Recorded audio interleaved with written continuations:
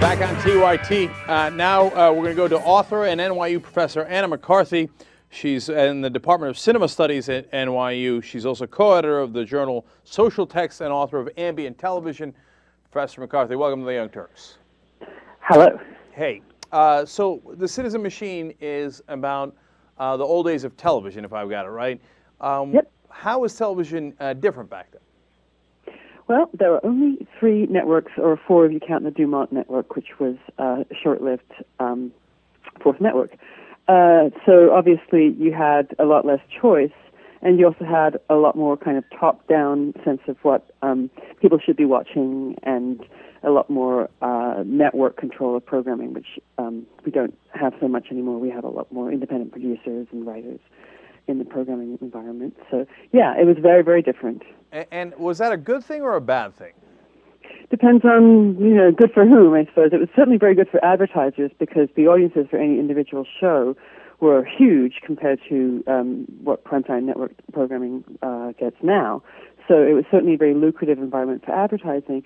In terms of the kind of questions of democracy, it's, I'm not so convinced that nowadays, with all of the massive amounts of information we have at our fingertips, we're that more informed as a citizenry.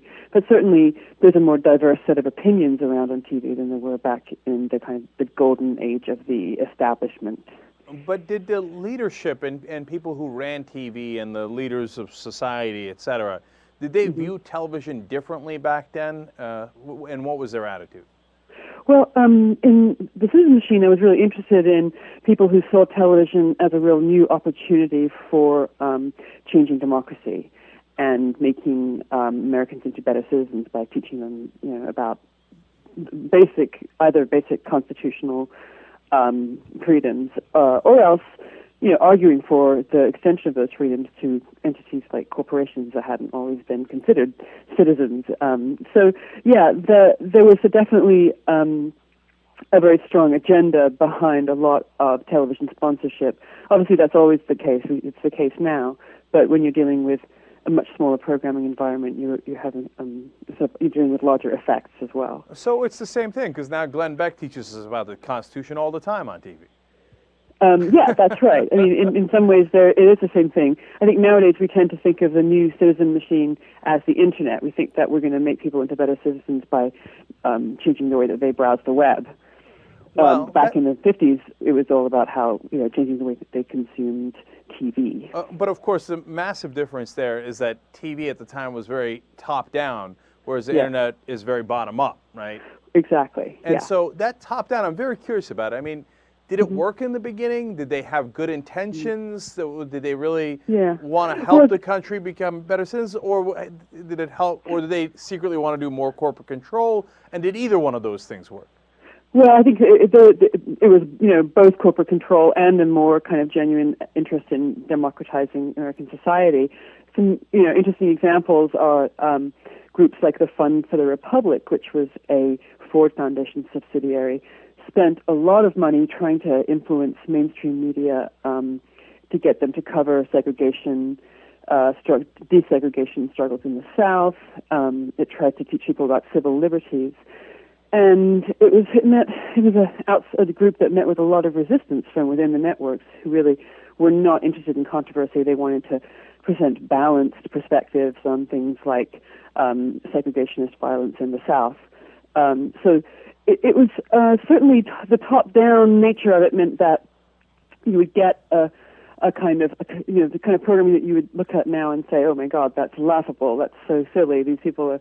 No one would have believed that, because it seems like a 1950s science demonstration or something like that. But at the time, I think it was considered very important for these establishment figures to be doing this kind of work. We're talking to Professor Anna McCarthy, and she's written the book Citizen Machine about the beginnings of television. So, Professor McCarthy, when does it switch over? When does it go from, hey, you know what, we can use television for good in some ways, in teaching people more about our democracy, et cetera, to, oh, come on, who cares, let's just make money?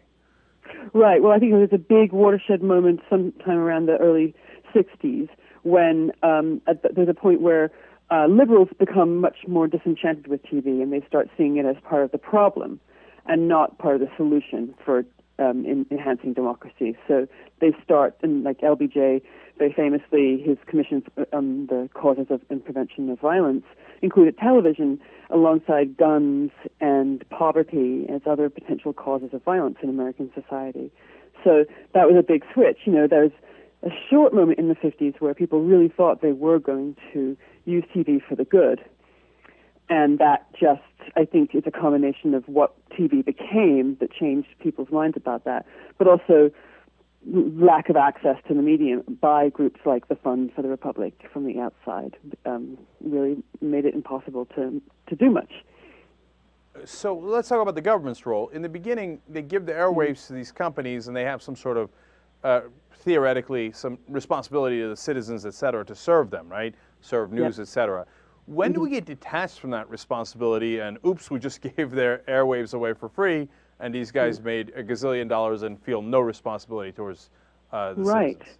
And then when television first arrived, a lot of reformers saw it as the moment when you could, get the media back because they had failed in their battle to get educational and nonprofit programming on the air and a more diverse set of voices on the air back in the 1930s with radio. So they were like, wow, TV's coming along.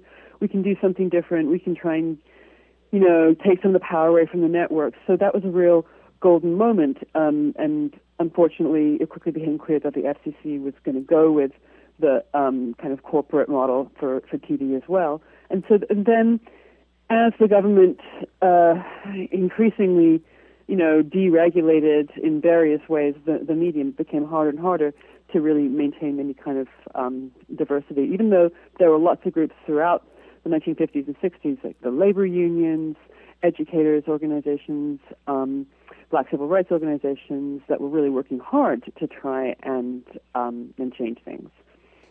So at some point, the Borg came along and Borg television, and now I'm beginning to worry about the ramifications for the internet, because just like television was to radio, internet is to television. It's like, oh, we're excited. Okay, the corporations haven't taken over yet. They let real people speak, and we have freedom of speech, and we can get our message out.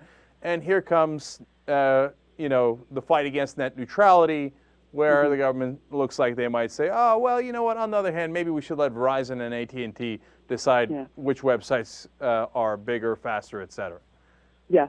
I mean, I think that, to me, the important lesson from the 50s is, even if a lot of these reformers lost, what was happening was they were really starting to conceive of the American people in terms of the television audience. And I think it's important to think about nowadays, how much are we conceiving of the entire American people as the functional equivalent of the internet user? Because when you stop and think about that, it's like, well, that doesn't really make sense to think of them as equivalent. Not everyone has even got access to the internet, and changing the way people browse the web or the way they use the web isn't necessarily going to change their access to health care, their access to jobs, affordable housing, and so forth and so on. But it is going to change their access to opinions and to facts. Absolutely. So yes. That would seem to be enormously relevant. I want to go back to television for a quick second.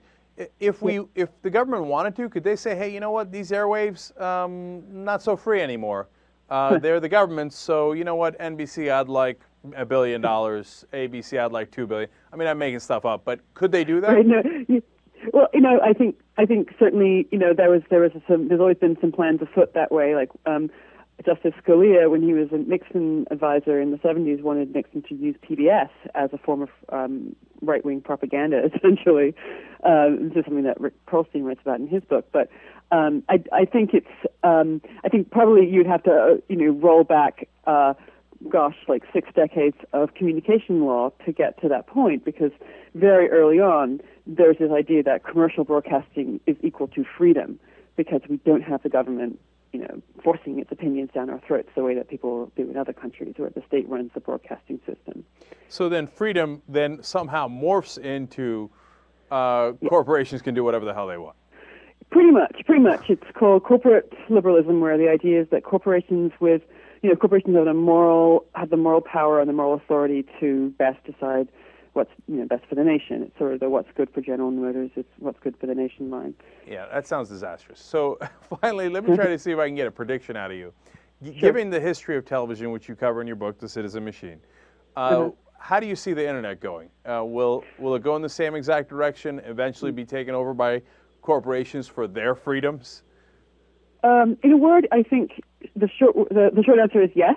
I think the long answer is also that in that process, a lot of other things will become opened up for recolonization by more progressive forces, like low-power radio, non-digital television. I think there's all sorts of ways that people can reclaim some portion of the communication system, maybe not the internet, maybe not right away. Once we get Star Trek phasers or whatever, new forms of the next thing after the internet, then maybe we'll get the internet back.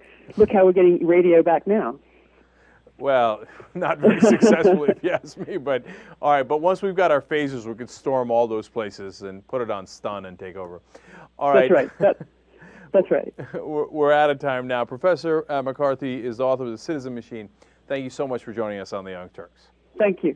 All right. Bye-bye. Bye-bye. We won't be back. Young Turks.